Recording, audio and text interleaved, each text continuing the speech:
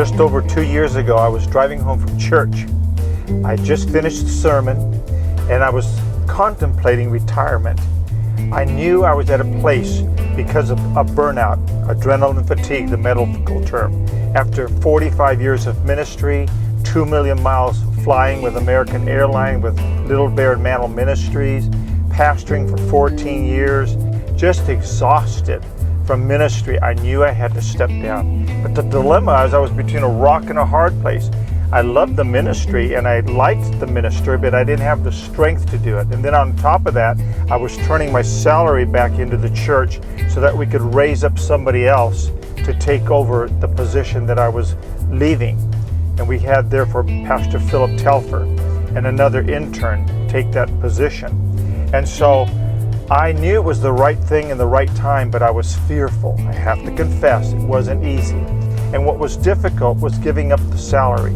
I thought to myself, I'm going to have to work at Home Depot to make ends meet because my Social Security is not going to be enough for Marilyn and I. And I was thinking about all these trials and frustrations. Fear was gripping me. And I know that many of you listening have been there.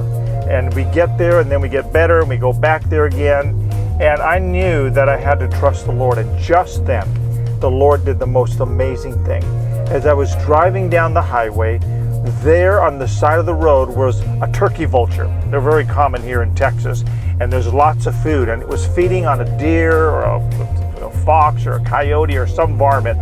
And the Lord out of the clear blue said to me, when's the last time you ever see a vulture fall out of the sky because it's starved to death as it's circling around looking for food and it just ran out of fuel and strength because it hadn't eaten, and boom, it hits your window or hits the hood of your car. And I said, Lord, I've never seen a vulture fall out of the sky and hit not my car, but anybody's car, or just hit the pavement. Then he said, when's the last time you saw a sparrow fall out of the sky? Like you park in a parking lot, you're crossing the parking lot to get to the market, and you're doing some walking, and bingo, a sparrow falls out of the sky and hits the ground right in front of you, starved to death. I said, Lord, I never seen a sparrow just fall out of the sky. He says, I told you about the sparrow because there's millions of sparrows worldwide. And in all your travels, you've never seen a sparrow fall out of the sky. As a matter of fact, nobody has ever seen a sparrow just fall out of the sky because it's starved. In fact, when's the last time you've seen sparrows just laying all over the road like they died or something because they ran out of food? He says, are you not much greater than a sparrow? Do you think that I'm going to leave you and forsake you and you're walking in fear? I want you to trust me. And it was such a great word that the Lord gave me. It reassured me that he wouldn't leave me. Do you know in all the scriptures between Matthew and all the way Matthew, Mark, Luke, and John, all of the life of Jesus and its teachings, we don't have any instances of Jesus freaking out because somehow he's not going to make ends meet. He doesn't tell his disciples, oh man, we can't go on that missionary excursion to Jerusalem. We don't have the money for food and lodging along the way. So let's wait until we save up some money. You never see the Lord stressed because he doesn't have the cash. Somehow he believed that his Father would provide, and that's how he wants us to live.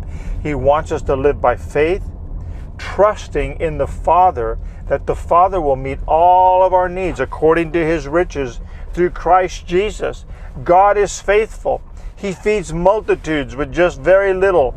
Did you know that feed the multitude was a half year's wages? In modern currency, it'd be between $25,000 to $30,000. He needed that much to feed the multitudes, and he didn't freak out. He didn't give concern. He provided, and that's what the Lord wants to reassure us. When we doubt and that we think somehow that we're not going to be provided for, we are greater than sparrows and certainly greater than turkey vultures. God will meet all our needs. He will provide and he will not forsake. That's the promise that he gave me. It's now been about 3 years and God has been faithful. I haven't had to work at Home Depot or Walmart to make ends meet. Somehow God has provided and he will provide for you. Latch on to this promise.